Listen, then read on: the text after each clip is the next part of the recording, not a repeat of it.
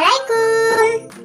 Teman-teman, coba deh kalian perhatikan tumbuhan dan hewan yang ada di sekitar kalian. Pasti ada bermacam-macam kan? Nah, hal tersebut di dalam ilmu biologi disebut dengan apa ya? Lalu, apa saja ya yang dapat menyebabkan keberagaman makhluk hidup itu? Negeri yang indah adalah negeri yang memiliki keanekaragaman hayati, flora, dan fauna. Di hutan, dapat kita temui berbagai jenis hewan atau binatang dan berbagai tumbuhan. Ada harimau, ada monyet, burung, kupu-kupu, dan masih banyak lagi. Dan dapat kita temui tumbuhan seperti semak, rumput, ada pohon, dan ada bunga rafflesia, serta masih banyak tumbuhan-tumbuhan yang lainnya. Keanekaragaman hayati. Mau tahu apa itu keanekaragaman hayati? Mari belajar bersama saya. Keanekaragaman hayati adalah materi yang kita pelajari di bab kedua pada biologi kelas 10. Sebelum kita mempelajari lebih jauh tentang keanekaragaman hayati, mari kita berdoa dulu menurut kepercayaan masing-masing. Berdoa mulai. Berdoa selesai.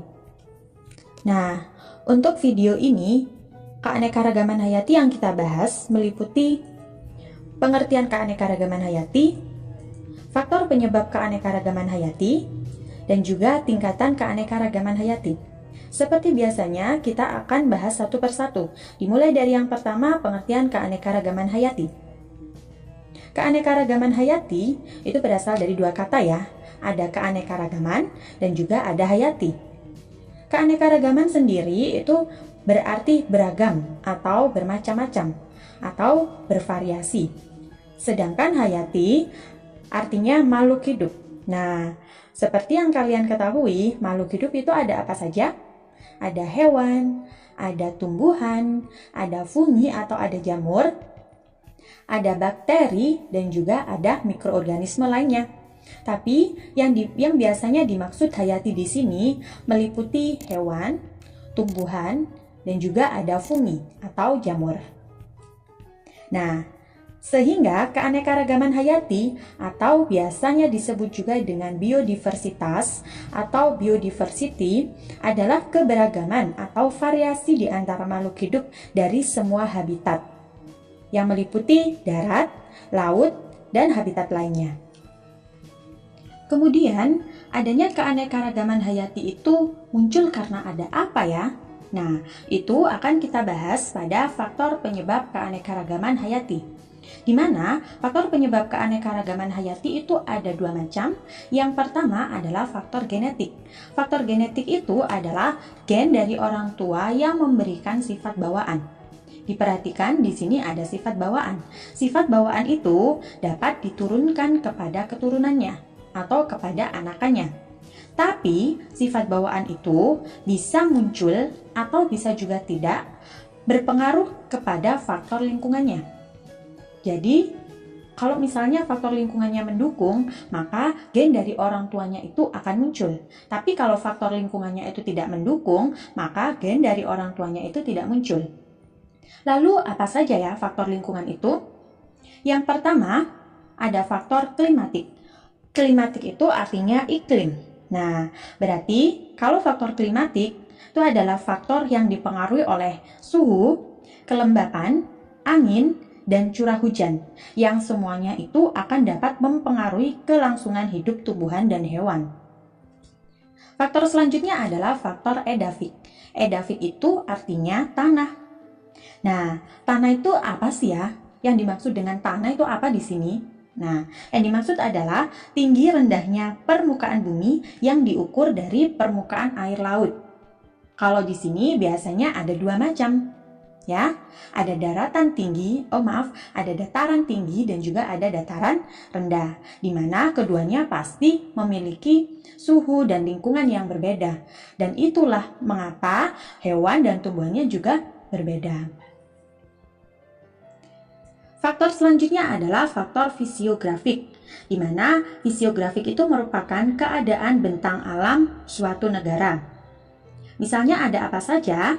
Ada gunung, ada lembah, ada laut, ada gurun pasir, dan lain-lain.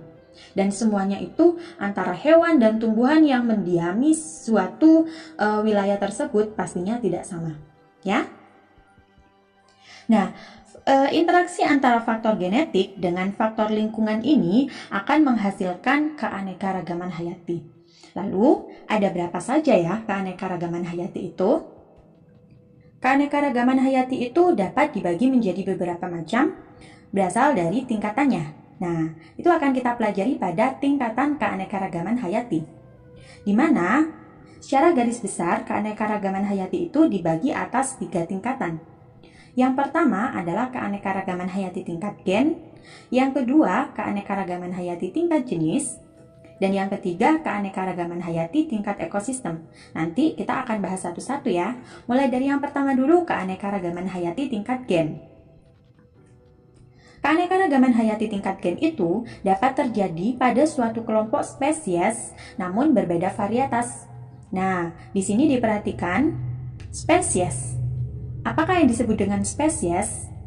Jadi, suatu kelompok atau suatu makhluk hidup itu dapat dikatakan satu spesies apabila mereka atau kedua makhluk hidup tersebut dapat melakukan perkawinan dan hasil dari perkawinannya itu adalah fertil. Artinya apa? Artinya keturunannya itu dapat menghasilkan keturunan lagi. Ya. Kebalikannya adalah steril. Kalau steril, setelah ada 2 organisme atau 2 makhluk hidup itu dikawinkan, kemudian menghasilkan keturunan. Nah, ketika keturunan ini dikawinkan dengan yang lainnya, itu tidak bisa menghasilkan keturunan. Itulah yang disebut dengan spesies. Paham ya? Nah, contohnya seperti apa? Contohnya adalah dari kelompok kucing, di mana yang kita ketahui kucing itu ada banyak ya. Ada jenis Sphinx, ada Persia, dan juga ada Angora. Contoh yang lainnya adalah dari kelompok ayam. Ada ayam kate, ada ayam Bangkok, dan juga ada ayam pelung.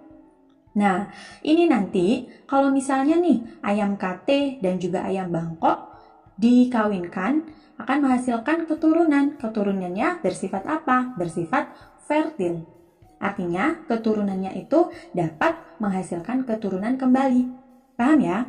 Oke, itu dari segi hewan. Kalau misalnya contoh dari tumbuhan itu ada kelompok mangga, di mana mangga itu ada mangga Indramayu, ada mangga arum manis, dan mangga yang lainnya. Dan juga ada mawar merah dan mawar putih. Nah, seperti di gambar ini nih, mawar merah dan juga mawar putih. Secara keseluruhan, mulai dari tumbuhan, dari batang, akar, daun, kemudian sampai duri-durinya ya, itu pasti sama antara yang mawar merah dan juga mawar putih. Lalu apa ya yang membedakan? Oke, warnanya, hanya warnanya yang membedakan. Nah, itulah keanekaragaman hayati tingkat gen. Jadi, mereka masih dalam satu spesies, tapi berbeda varietas, ya. Selanjutnya ada keanekaragaman hayati tingkat jenis, di mana keanekaragaman hayati ini dapat ditemukan pada komunitas dari berbagai spesies yang hidup di suatu tempat. Oke, langsung saja ke contohnya. Contohnya ada famili Felidae, di mana di situ anggotanya ada kucing dan juga ada harimau. Nah, seperti gambar ini ya, kucing dan harimau. Mulai dari perawakannya saja sudah beda, ya kan? Bulunya, kemudian cakarnya, kemudian yang lainnya pokoknya berbeda antara kucing dan harimau. Bahkan mungkin kalau misalnya ada yang nggak tahu, kucing dan harimau itu masih dalam satu keluarga, masih dalam satu famili, yaitu famili Felidae. Nah, kenapa kok dia itu bisa berbeda walaupun dia itu keluarganya sama? Ternyata karena adanya faktor lingkungan. Yang kita ketahui, kucing itu hidupnya di mana? Ya kan? Nah, sedangkan harimau itu hidupnya di mana? Di hutan. Hutan dengan lingkungan sekitar yang biasanya ditinggali oleh kucing itu pasti berbeda. Mulai dari makanannya, mulai dari suhunya, mulai dari kelembabannya, dan lain sebagainya. Itulah yang menyebabkan adanya keanekaragaman hayati di tingkat jenis.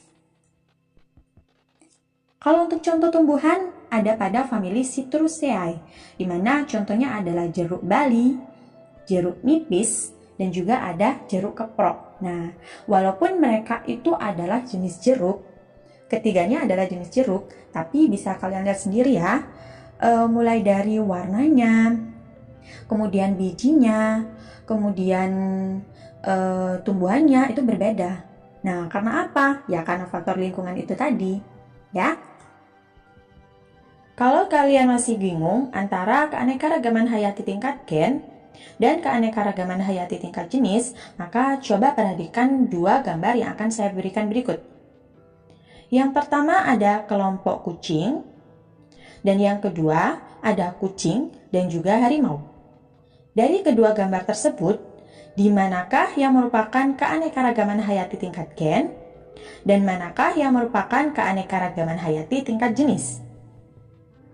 Oke, yang merupakan keanekaragaman hayati tingkat gen adalah kelompok kucing.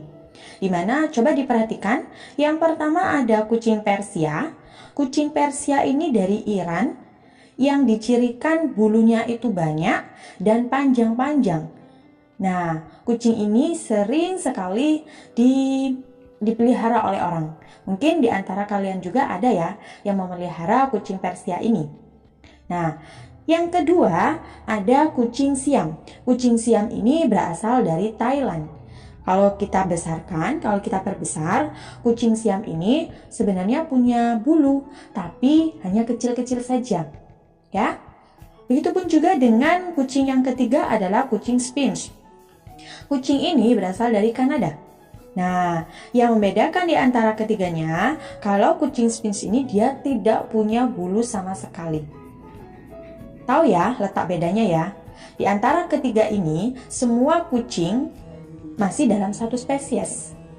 Artinya, kalau misalnya kucing Persia nanti saya kawinkan dengan kucing Siam, maka dia masih menghasilkan keturunan yang keturunannya itu masih dapat menghasilkan keturunan lagi.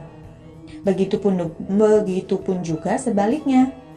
Tapi yang membedakan di antara ketiganya hanyalah pada bulunya. Yang satu lebat dan panjang, yang satu banyak bulunya tapi hanya kecil-kecil, dan yang satu sama sekali tidak ada bulunya.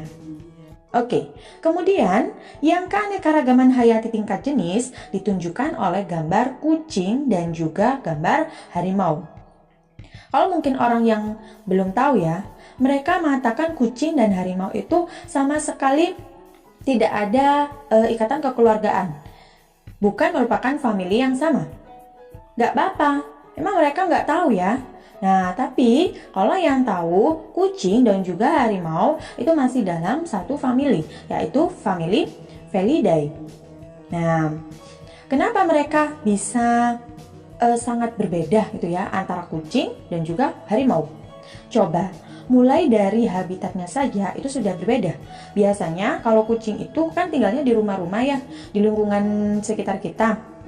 Tapi kalau harimau tinggalnya di mana? Di hutan kan? Nah, di hutan sama di rumah, apakah makanannya sama? Tidak. Kalau di hutan banyak hewan-hewan buas yang menjadi santapannya. Begitupun juga dengan keadaan alamnya. Antara di rumah sama di hutan itu berbeda. Nah, itulah dia yang menyebabkan kucing dan juga harimau itu bentuknya sangat berbeda walaupun dia masih dalam satu famili. Nah, kalau masih ada yang bingung lagi, coba diperhatikan. Kucing Persia, kucing Siam, dan kucing Sphinx di dalam bahasa ilmiah disebutkan Felis catus. Ketiga-tiganya ini bahasa ilmiahnya adalah Felis catus. Tapi, kalau misalnya kucing Persia itu biasanya disebutkan Felis catus variasi Persia. Dan kalau Siam, varian Siam. young Sphinx, varian Sphinx. Nah, tahu ya bedanya ya?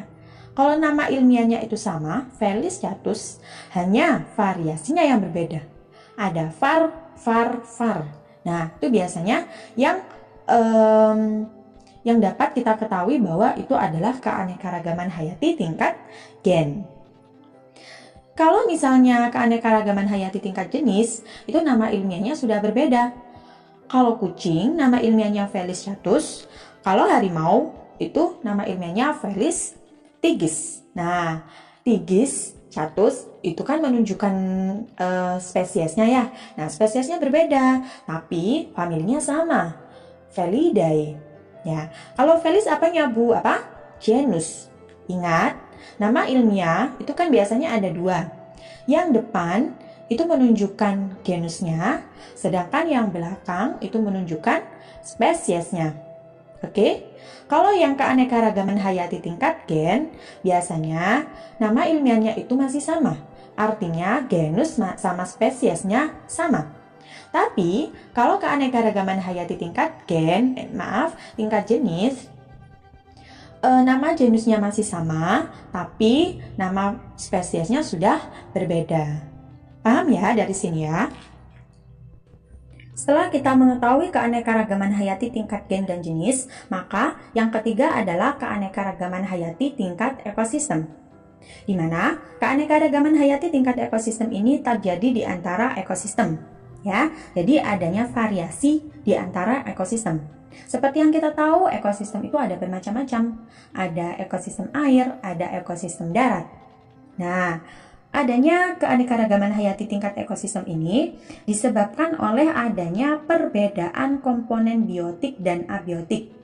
Contohnya nih, dari ekosistem air itu ada ekosistem air laut dan juga ekosistem air tawar. Walaupun keduanya ini merupakan ekosistem air ya, jadi ada airnya, ada banyak airnya, tapi suhu, kelembapan, sanisitas dan lain sebagainya itu berbeda. Sehingga apa? Sehingga antara biota di air laut dan juga air tawar itu berbeda. Antara hewan dan tumbuhan yang ada di air laut dan air tawar itu berbeda sesuai dengan lingkungannya. Selanjutnya ada ekosistem darat, misalnya di sini hutan hujan tropis dan juga hutan gugur. Walaupun mereka keduanya adalah hutan ya, termasuk hutan, tapi di situ pasti ada hewan yang berbeda dan juga tumbuhannya juga berbeda. Ya, karena yang satu hutan hujan tropis dan yang satu hutan gugur. Untuk mengerti apa itu hutan hujan tropis dan hutan gugur, nanti akan kita bahas di belakang ya. Nah, itu tadi penjelasan tentang tingkatan keanekaragaman hayati. Di mana, saya ulangi lagi, tingkatan keanekaragaman hayati itu ada keanekaragaman hayati tingkat gen, keanekaragaman hayati tingkat jenis, dan keanekaragaman hayati tingkat ekosistem. Selanjutnya, persebaran flora dan fauna di dunia itu dipengaruhi oleh berbagai macam. Lalu, apa saja ya yang mempengaruhi keanekaragaman hayati di dunia? Ups, tapi tidak kita bahas di video ini. Nantikan video selanjutnya ya. Nah, itu saja yang dapat saya sampaikan untuk video kali ini. Semoga apa yang kita pelajari hari ini bermanfaat. Mohon maaf apabila ada salah kata atau salah tulisan. Saya akhiri. Wassalamualaikum warahmatullahi wabarakatuh. Terima kasih ya bagi kalian yang sudah menonton video ini. Tetap semangat belajar walaupun dari rumah saja. Dan nantikan video kami selanjutnya ya. Bye-bye. Assalamualaikum.